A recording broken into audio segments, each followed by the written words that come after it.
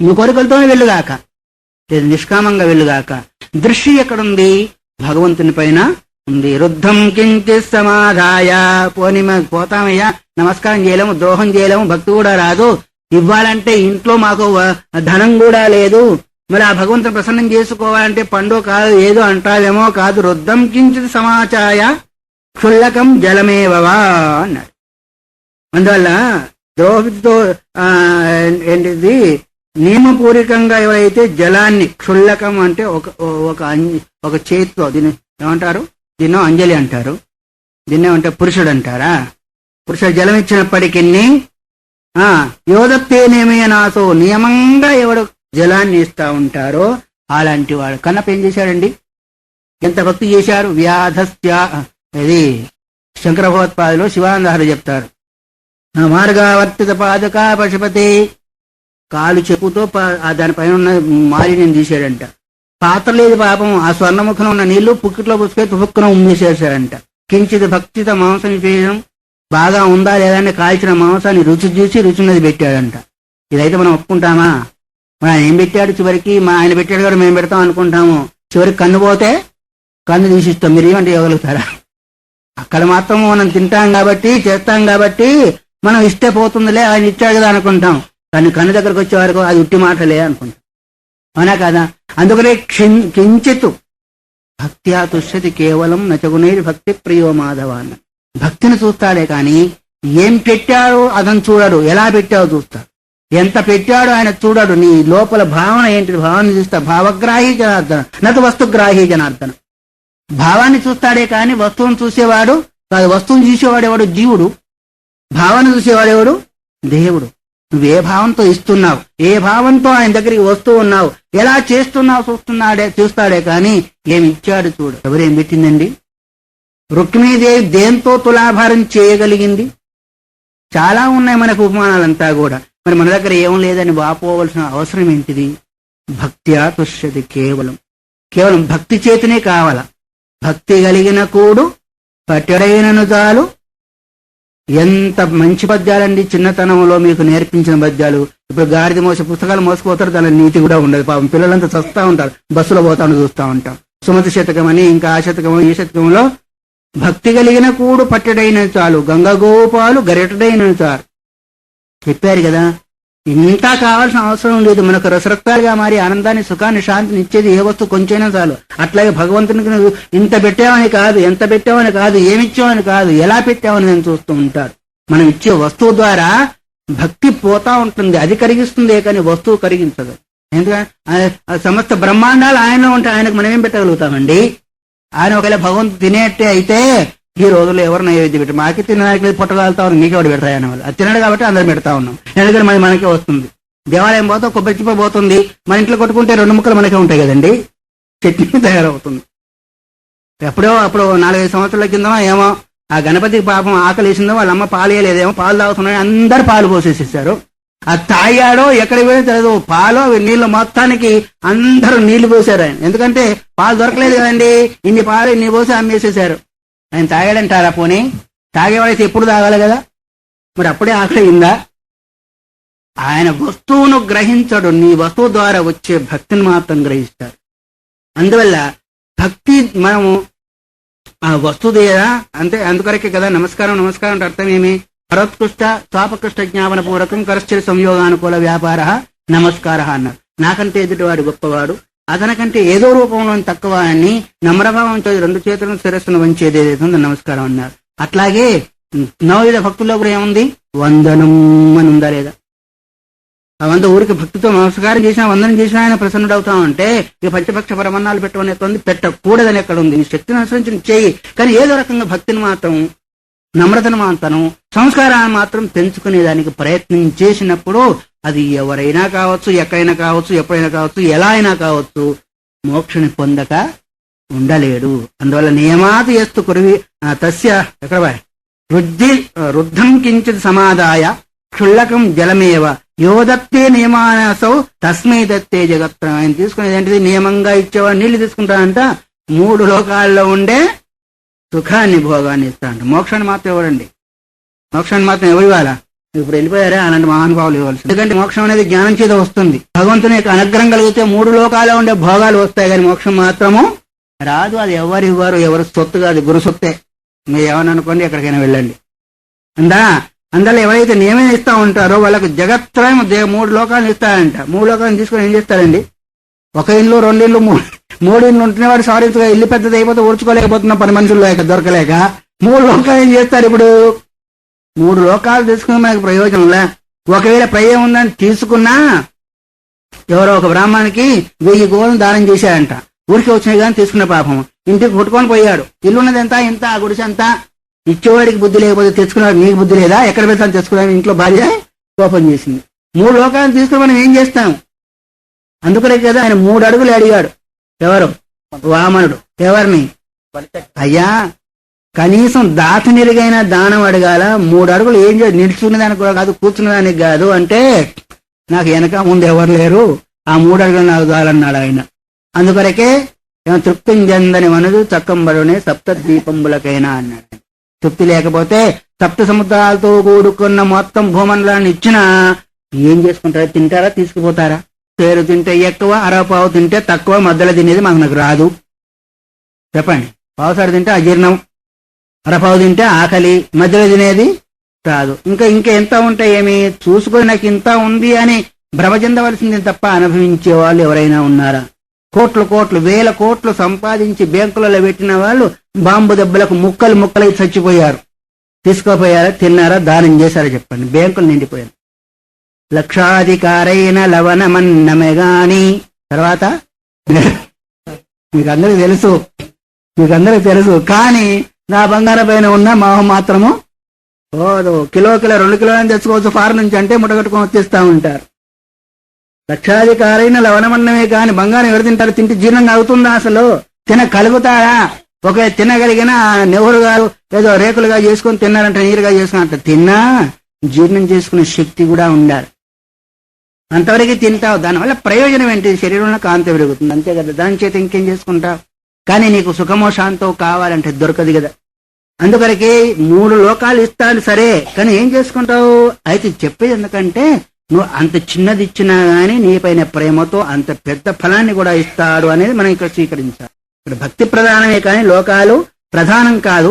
అందువల్ల అతను ప్రసన్నుడు కావాలి అనే ప్రసాదే సర్వ దుఃఖాను హానిరస్యోపజాయితే భగవద్గీత. భగవంతుని యొక్క అనుగ్రహం చేత సమస్త దుఃఖాలు నశించిపోతాయి. అట్లాగే ఆయన ప్రసన్నుడు అయిపోతే, మీ అమ్మో నాన్నో గురువు ప్రసన్నుడు అయితే ఏదరుగుతుంది? ఇస్తారా లేదా?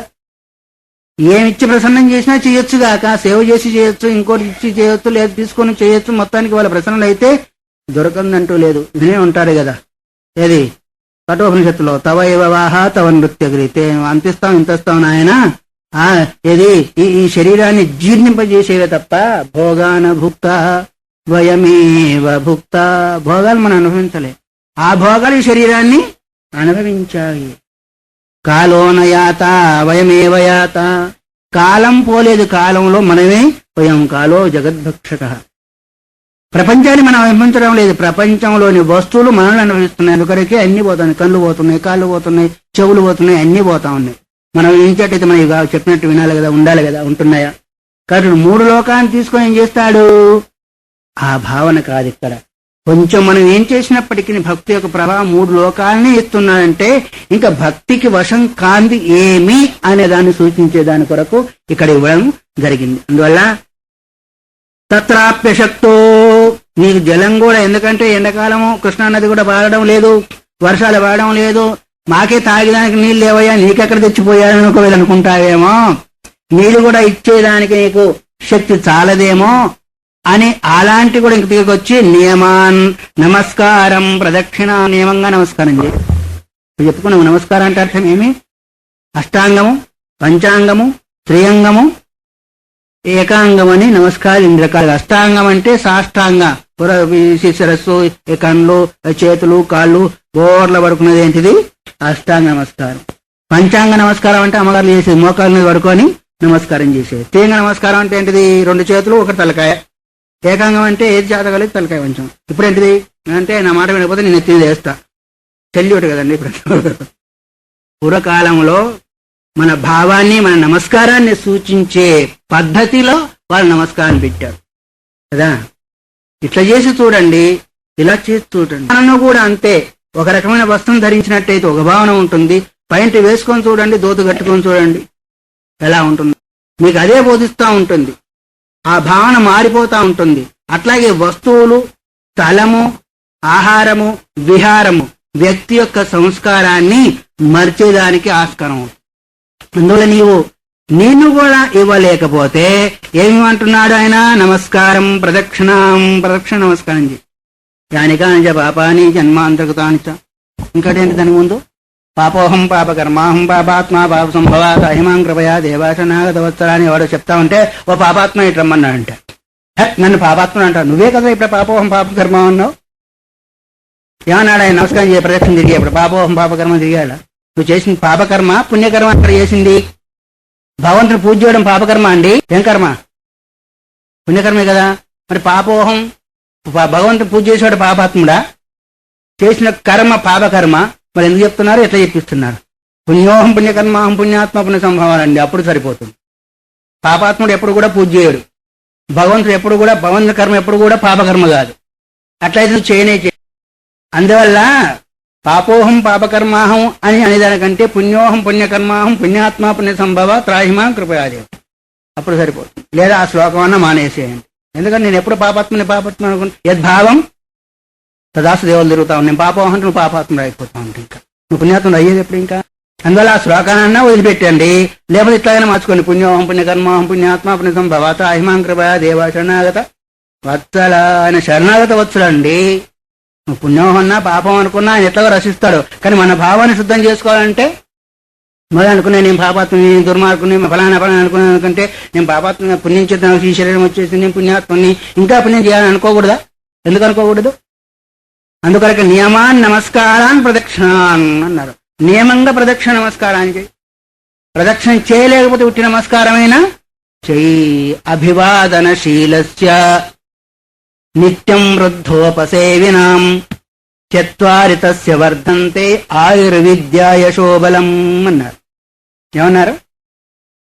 ఆయుర్విద్యా యశోబలం. అభివాదనశీలస్య, ఎప్పుడూ నమస్కారం చేసే శీలం కలిగిన వాళ్ళు. ఎవరికి నమస్కారం చేయాలా? వృద్ధులకు. ఎవరి వృద్ధులు? జ్ఞాన వృద్ధులు, వయోవృద్ధులు, తపోవృద్ధులు. అభివాదనశీలస్య నిత్యం వృద్ధోపసేవినాం, ప్రతినిత్యం కూడా వృద్ధులను ఎవరైతే సేవిస్తూ ఉంటారో, వాళ్ళు సేవ చేస్తూ ఉంటారో, తస్య చత్వారి వర్ధంతే, అలాంటి వాళ్ళకు 4 వృద్ధి పొందుతాయంట. ఆయు, బుద్ధి, యశస్సు, శరీరంలో బలము అని. మనకు కావాలా వద్దా? ఇవి ఆయుష్ కావాలా వద్దా? ఆయుష్ ఉంటేనే కదండి అన్నం తినేది. ఆ తర్వాత విద్య కూడా కావాలా వద్దా? యశస్సు కావాలా, శరీరంలో బలం కూడా కావాలి. అప్పుడేం చేయాలి? అభివాదనశీలస్య, నమస్కారం చేసే శీలం కలిగిన వాడు. ఈ విధంగా ప్రదక్షిణ నమస్కారం చేసిన తర్వాత నేను ఆహారం చేస్తాను ఒక నియమం పెట్టుకో, అప్పుడు కూడా భగవంతుడు ప్రసన్నుడవుతాడు. ప్రదక్షిణ నమస్కారాన్. నమస్కారం అనేది ఏదైతే ఉందో ఒక సంస్కారాన్ని కలిగజేస్తుంది.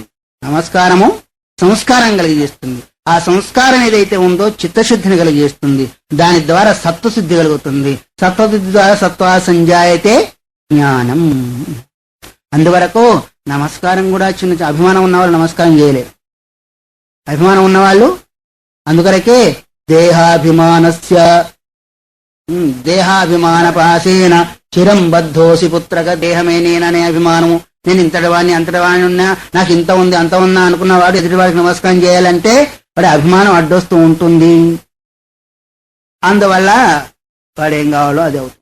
కాబట్టి అభివాదనశీలస్య, అభివాదనం చేయాలి, నమస్కారం చేయాలి. ఎవరి శీలం కలిగి ఉంటారో, ఇన్ని నమస్కారాలు ఇన్ని ప్రదక్షిణ చేసిన తర్వాతనే నేను ఆహారం తీసుకుంటాను ఎవరైతే నియమం పెట్టుకుంటారో అలాంటి వాళ్ళకు కూడా ప్రదక్షిణ నమస్కారాన్ని ఎక్కరోతి మహేష తస్మై తుష్టో భవేచ్ఛవ. అలాంటి చేసే వాళ్ళకు కూడా భగవంతుడు ప్రశంతుల సంతోషాన్ని ఇచ్చేసేసి సంతోషం కలిగి ఏం చేస్తాడు? ఆయన్ను అనుగ్రహిస్తాడు.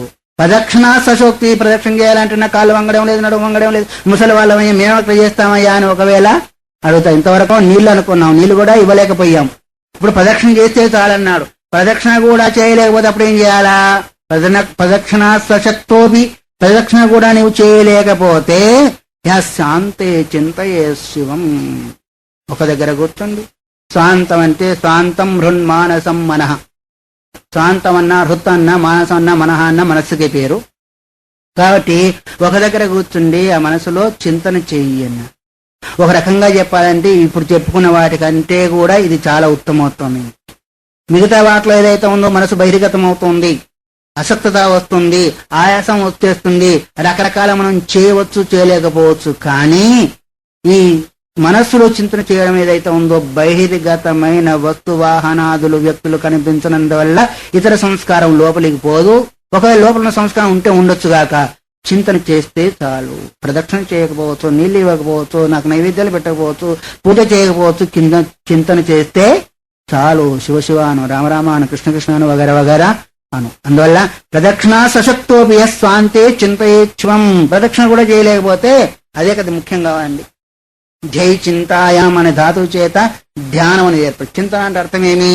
చింతన అంటే అర్థమే చింతన నా అంటే లేదు. చింత అంటే విచారణ. అంటే ప్రాపంచిక చింతన పోయే అంతవరకు చేస్తూ ఉండదే చింతన. అర్థమేమి? మనన అంటే మనస్సు లేకుండా పోయేంత వరకు చేసేది మననం. దానిలోనే అర్థం ఉంది. శ్రవణం మననం నిధిధ్యాసనం ఉన్నారు కానీ అసలు మననం అంటే అర్థం ఏంటి? నీ మనస్సు లేకుండా పోయేంత వరకు చింతన చేయి, అదే మననం అవుతుంది. ఏదైనా ఒకటి. ఇన్ని గ్రంథాలు చదవక్కర్లేదు వద్దని కాదు, ఇంత శ్రవణం చేయక్కర్లేదు వద్దని కాదు, కానీ ఏది చేసినప్పటికీ నీ మనస్సు ప్రపంచ విముఖమై లక్ష్యమందు నిలబడేట్టు చేయడమే అది మననం, అది ధ్యానము, అది చింతన. అందువల్ల నువ్వు ప్రదక్షిణ చేయలేకపోతే చేయకపోవచ్చు కాక, కూర్చోలేకపోవచ్చు, పడుకొని కుర్చీలో ఉండని అట్లా ఉండేటైనా స్వాంతాయే చింతయే శివం. నీ మనసులో శివుణ్ణి చింతన చేయి, ఇష్టదైవాన్ని. పోని ఒక దగ్గర కూర్చునేదానికి అధికారం లేదంటావా, నాకు పనులలో ఉన్నా అంటావా, ఇంకో రకంగా అంటావా, ఏమైనా చేయి. గచ్చన్ సముపవిష్టో వా తస్యాభీష్టం ప్రయచ్చతి. గచ్చన్ నడుచుకుంటూ అని చెయ్యి, పశ్చన్ స్పృశన్ జిగ్రన్ అసన్ అక్కడ భగవద్గీతలో చెప్పారు. ఇక్కడ కూడా గచ్చన్ సముపవిష్టోవా, నువ్వు నడుచుకుంటానే చేయి, కూర్చుంటానే చేయి, పడుకుంటానే చేయి, నిద్రలేసి చేయి, నిద్రపోతూ చేయి, ఎట్లయినా చేయి, మొత్తానికి చేయి. అప్పుడు ఏదైతే ఉందో చింతన చేసినట్టయితే తస్యాభీష్టం ప్రయచ్చతి. నువ్వు నడుచుకుంటానే ఎట్లా మొత్తానికి ఎట్లా చేసినా గానీ నువ్వు నడుచుకుంటా తిన్నా, కూర్చొని తిన్నా, పడుకొని తిన్నా పొట్ట నిండుతుందని మనం నిన్ను అనుకున్నావా? అట్లా ఎట్లా చేసినా చెయ్యి. లక్ష్యంలో చిత్తం ఉంటే చాలు. లక్ష్యేత్రంలో నుంచి దాటుకొని లక్ష్యంలోకి రావాలి. లక్ష్యేత్రం ఏంటిది? ప్రపంచ వ్యవహార సంస్కారం. లక్ష్యం ఏంటిది? నీవు అనుకున్న పరమాత్మ లేదా ఆత్మతత్వం ఏదో ఒకటి దాని ఎందు ఉంటే చాలు. మిగతా విషయాలు ఏదైతే ఉన్నో అదే చెప్పుకుందాం. సోమవారం కూడా వచ్చారు. ఏమేమి ఎలా చేసినట్టయితే ఇంకా భగవంతునికి ఇష్టంగా ఉంటుందో ఆ విషయాన్ని చెప్తూ ఉండే. ఎంత సరళంగా వచ్చాడు చూడండి భగవంతుడు. ప్రదక్షిణైనా చెయ్యి, నియమంగా నీళ్ళైనా ఇవ్వు, నమస్కారమైనా చెయ్యి, ద్రోహమైనా చెయ్యి, ఇంకోటి చెయ్యి, మొత్తానికి చేస్తూ ఉండు ఊరుకోకుండా. అందుకరికి పెద్దవాళ్ళు ఏమన్నారు? చేయని దానికంటే చేయడము కర్మజ్యాయో హ్యకరణ భగవద్గీత అని. ఊరిక ఉండేదానికంటే ఏదో ఒకటి భగవత్ సంబంధమైన చేయడం ఏదైతే ఉందో లక్ష్యం. కాబట్టి మిగతా విషయాలు రేపు చూసుకుందాం. హరి ఓం తత్సత్. ప్రథమాధ్యాయము 26వ శ్లోకం 9వ పేజీ. నిన్న భగవంతుని యొక్క అనుగ్రహాన్ని పొందేదాని కొరకు రకరకాలైన సాధనలను, అతి సామాన్యమైన సాధకునికి కూడా అందుబాటులో ఉండే సాధనలు. ఎందుకంటే ఒకేసారి ఆంజనేయ స్వామి మాదిరిగా సూర్యుని దగ్గరికి వెళ్ళాలంటే మనం వెళ్ళగలుగుతామా? ఆయన పుట్టగానే గుర్రమని వెళ్ళిపోయాడు. రాకెట్లు ఉన్న వాళ్ళు చంద్రగ్రహం దగ్గరికి కూడా వెళ్తూ ఉన్నారు. అలా అందరూ వెళ్ళగలుగుతారా? అలాగే అద్వైత సంస్కారం కూడా కలగాలంటే శంకర భగవత్పాదులు ఒక మాట అన్నారు. దైవానుగ్రహాదేవ పుంసాం అద్వైత వాసన. దైవానుగ్రహం చేతనే జీవులకు అద్వైత సంస్కారం కలుగుతుంది అన్నారు. అందరికీ అద్వైత సంస్కారం కలిగిందా? ఇప్పుడు ఎవరికి కలిగింది? దైవానుగ్రహం ఉన్న వాళ్ళకు మాత్రమే అద్వైత సంస్కారం. మరి దైవానుగ్రహం ఎలా కలగాలి అంటే ఇప్పుడు చెప్తున్నారు. ఈ రకంగా ఎవరైనా దైవానుగ్రహాన్ని సంపాదించగలిగితే అలాంటి వాళ్ళకి అద్వైత సంస్కారం కలుగుతుంది అని. ఏమేం చెప్పారో మొదలు కొంచెం నీళ్ళైనా ఇవ్వచ్చు, లేదా భక్తి చేత గాని ద్రోహం చేత గాని వగేరా చెప్పారు. అక్కడికి కాకుంటే ప్రతి నమస్కారాలు చెప్పారు. ఇంకా కాకపోతే స్వాంతి చింతయే శివం, అది కూడా చేత కాకపోతే ఒక దగ్గరే కూర్చుని మనసు లోపల చింతన చేయమన్నారు. అలా కూడా ఒక దగ్గర కూర్చోలేకపోతేనో గచ్చన్ సమపవిష్టోవా తస్యాభిష్టం ప్రయచ్చితి, నడుచుకుంటాను చెయ్యి, పడుకుంటాను చెయ్యి, ఫలానా ఎలాగైనా చెయ్యి, మొత్తానికి చెయ్యి. తర్వాత ఎలా చెయ్యాలో, ఏమేం చేసినట్టయితే, ఒకవేళ చేసి దానికి పూజా వగైరా చేయాలంటే కూడా డబ్బు కూడా ఉండాలి, పండ్లు కొనుక్కరావాలి, పాలు కొనుక్కరావాలి, పంచామృతాలు కొనుక్కరావాలి, ఇవన్నీ తెచ్చేదానికి మాకు చేత కాదు, పోయేదానికి చేత కాదు, మరి పిల్లలు డబ్బులు ఇస్తారు లేదో అని అట్లాగనుకుంటారేమో, అది కూడా అక్కర్లేదు నాయన. చందనం బిల్వకాష్ఠస్య పుష్పాని వనజాన్యపి ఫలాని తాదృశాన్యేవ యస్య ప్రీతికరాణి వై దుష్కరం తస్య సేవాయాం కిమస్తి భువనత్రయే. మీరు పూజ చేస్తే చందనం గంధం అంటారు కదా, గంధద్వారాంధ్రాదర్శాం నిత్యపుష్టాంకరేషిణీం ఈశ్వరీం సర్వభూతానాం తాం యోప్యశ్రీం. శ్రీ గురుదేవాయ నమః. గంధం ఏం గంధం అది? ఏం గంధం? ఏం గంధం అంటే నోరు మూసుకున్నారండి. శ్రీగంధమా? చందనం చెక్క. శ్రీగంధం వేరుగా ఉంటుంది, రక్త చందనం వేరే ఉంటుంది, చందనం చెక్క వేరుగా ఉంటుంది. నాకు అది కూడా అక్కర్లేదయ్యా, మీ దొడ్లో ఉండే బిల్వ చెట్టు ఉందే, చందనం బిల్వ కాష్ట. చూడండి ఎంత దగ్గరికి వచ్చాడు పరమాత్మ. ఆ చెక్క కొనుక్కొని రావాలంటే అది మంచిదో మనకు కాదో మనకు తెలియదు, మంచిదనే ఇస్తాడు. దాన్ని రాస్తే సుగంధం ఎంతవరకు ఉంటుంది తెలియదు. అందువల్ల అంతా కూడా నీకు బాధ అక్కర్లేదయ్యా, నీ దొడ్లోనో నీ పెరట్లోనో ఎక్కడో అక్కడిక్కడ మారేడు చెట్టు ఉంటుంది. బిల్వ అంటే ఏంటిది? మారేడు. ఆ మారేడు మొక్క యొక్క ఒక మొక్క తీసుకొచ్చి దాన్ని యొక్క గంధం తీసేసి నాగ పెడితే చాలు అన్నాడు. ఇంకింతకంటే ఏం కావాలండి? దాన్ని ఏమన్నా కొనాలా? చందనం చెక్క అయితే ఎవరైనా బజారుకు పోతే, అయ్యా నువ్వు పోతున్నావు కాబట్టి తీసుకొని రావా అని ఒకరిని అర్థించాలా, దానికి డబ్బులు కావాలా, తీసుకొని రావాలా, రుద్దాల వగైరా. కానీ ఇదేమో ఎక్కడ పడితే అక్కడే ఎక్కడంటే వాడికి అక్కడ కనిపించాలండి, ఎక్కడో ఒక దగ్గర ఉంటాయి ఇవి కూడా. పూర్వకాలం వాళ్ళు ఎక్కడంటే అక్కడ ఉండేవి. ఇప్పుడు మన ఆశ్రమంలో ఉంది, ఇంతింత కాయ కాస్తుంది. అది ఎవరు పెట్టారు? పుణ్యాత్మలు. ఇంతింత కాయ, దాన్ని షర్బత్ చేసుకుంటారు, ఆ తర్వాత ఒట్టిది తింటారు, మురబ్బా చేస్తారు, అన్ని రకాలుగా పనికి వచ్చేస్తుంది. ఆకులో దానిలో గోల్డ్ ఉంటుందంట, గోల్డ్ బంగారం. ఆకుకూరలో ఏముంటుంది? ఆకుకూరల్లో తినరు. ఆకుకూరలు ఎప్పుడు ఐరన్ ఉంటుంది, ఐరన్. కానీ ఇందులో మాత్రము ఏముంటుంది అంటే గోల్డ్ ఉంటుందంట. ఉత్తర దేశంలో దీనికి బాగా విలువ. ఆకులు అమ్ముకొని, కాయలు అమ్ముకొని, చెక్కలు అమ్ముకొని బాగా డబ్బు సంపాదిస్తూ ఉంటారు. ఎందుకు అంటే అక్కడ ఉన్నది ఎవరు? కాశీలో విశ్వనాథుడు. ఆయనకి ఇష్టం ఏంటిది? చందనం బిల్వ కాష్ఠస్య. దాన్ని వాడినట్టయితే క్యాన్సర్ రాదన్నారు. అయితే వద్దని కాదు, నీకు ఎక్కడ ఏ పుష్పం కనిపిస్తుందో అది తీసుకుని వెళ్ళాడు. ఈ పుష్పాలు చాలు. అందుకొరకే జిల్లేడు పుష్పాలు, మెత్త పుష్పాలు, వగైరా తిమ్మి పుష్పాలు ఆయనకి ఇష్టం అంటారు. పెట్టారా ఎప్పుడైనా శివుడికి? అందుకొరకే కాశీలో జిల్లేడు పుష్పాలు అమ్ముతా ఉంటారు, మెత్త పుష్పాలు అమ్ముతా ఉంటారు, తిమ్మి పుష్పాలు తిమ్మి పుష్పాలు చిన్నగా ఉంటాయి కదండి, ఇవన్నీ కూడా అమ్ముతారు. అవి కూడా ఆయనకి ఇష్టం అంట. చూడు ఎంత తేలికైన దేవుడు. అహంకార ప్రియ విష్ణు, అభిషేక ప్రియో మహాశివ. అందువల్ల నువ్వు ఎక్కడికో వెళ్ళి కొనుక్క రావాల్సిన అవసరం లే. నీ ముందు కనిపించే పుష్పాలు తీసుకుని వెళ్ళి, మీరు బద్రీనాథ్ యాత్ర, కేదార్నాథ్ యాత్ర, లేదు మానసరోవర యాత్ర చేసే ఉంటారు కొందరు. అక్కడక్కడ పుష్పాలు ఎండబోసినట్టుగా ఉంటాయి. ఆ పెద్ద చెట్లు ఉంటాయి, ఇంత మొక్కలు, అన్ని పుష్పాలు, అసలు కొండ కనిపించనే కనిపించదు. అందుకొరకు ఆయన అక్కడ ఉన్నాడు కాబట్టి ఆ పుష్పాలని దానంటే భక్తునికి ఏమాత్రం కూడా కష్టమో కలగని వాడు ఆ పుష్పాలు తీసుకుపోయి, మీకు ఆ ఋషికేశంలో చదువుతున్నప్పుడు తపస్సు చేసుకుంటున్న, చదువు కాశీలో లేండి, తపస్సు ఋషికేశంలో, ఆ గంగా తీరానికి వెళ్ళేవాళ్ళం. మహాత్ములు వచ్చేవారు, అందులో ఉన్న రాయి తీసేవాళ్ళు, అక్కడ పెట్టేవాళ్ళు. ఏమని? శివుడని. ఆ నీళ్ళు ఆయనకు మనదేం పెడతావు? త్వదీయం వస్తు గోవింద తుభ్యమేవ సమర్పే. నీ వస్తువే నీకు సమర్పిస్తున్నాను. అదే శివలింగం, వాటి రాయే శివలింగం అయిపోయింది. ఆ గంగాజలమే అభిషేకానికి వచ్చింది. భావనే కదండి, భావగ్రాహి జనార్దన అనుకున్నాం కదా. భక్తి లేని పూజ పత్రి చేటు అన్నారు మన వాళ్ళు. భక్తితో ఏదైనా భక్త్యాతుష్యతి కేవలం నచగుణైర్భక్తి ప్రియ మాధవ. అందువలన నువ్వు ఎక్కడ కనిపించిన పుష్పం, ఏ పుష్పమైనా కావచ్చు కాక ఆయనకు ప్రేమ అంటే వనజాన్యపి, వనే జాయతే జాయంతే ఇది వనజాహ. వనంలో పుట్టే పుష్పాలు ఆయనకు ప్రియము. ఫలాని తాదృశాన్యేవ. ఫలం ఏ ఆపిలికాయలో, ఆ కాయలో, ఈ కాయలో కొన్ని తీసుకుని రమ్మా అన్న. అడవిలో పండే పండ్లే ఆయనకి ఇష్టం అంటే. పత్రం పుష్పం ఫలం తోయం యో మే భక్త్యా. నదులలో నీళ్ళు ఎక్కడ ఉంటాయండి? అరణ్యాల నుంచి, కొండలపై నుంచి వచ్చినాయి నదులు కూడా. నదులన్నీ ఎక్కడ పుట్టినాయి? గోదావరి కావచ్చు, గంగా కావచ్చు, యమునా కావచ్చు, ఎక్కడ పుట్టినాయి? ఆడ కొండల్లోనే పుట్టినాయి. పుష్పాలు కొండలలోనే ఉన్నాయి. ఫలాలు కొండలనే ఉన్నాయి. పూర్వకాలం ఋషులంతా కూడా కొండ గుహలలోనే ఉన్నారు. మనం అంటే ఇంకా ఫ్యాన్లు, ఫోన్లు, ఫ్రిడ్జ్లు, గిజ్జులు, రకరకాల భోజనాలు ఉన్నాయి కాబట్టి ఎక్కడ ఉన్నామంటే వేసిన దగ్గరే ఉన్నాం. వాళ్ళకి ఏం లేవు కాబట్టి మీ నెత్త మీద ఇంత బంగారం పెట్టుకున్నారనుకోండి, ఇంత బంగారం మోస్తున్నారు. ఎంత దూరం మోస్తారు? ఎంత దూరం మోస్తారు?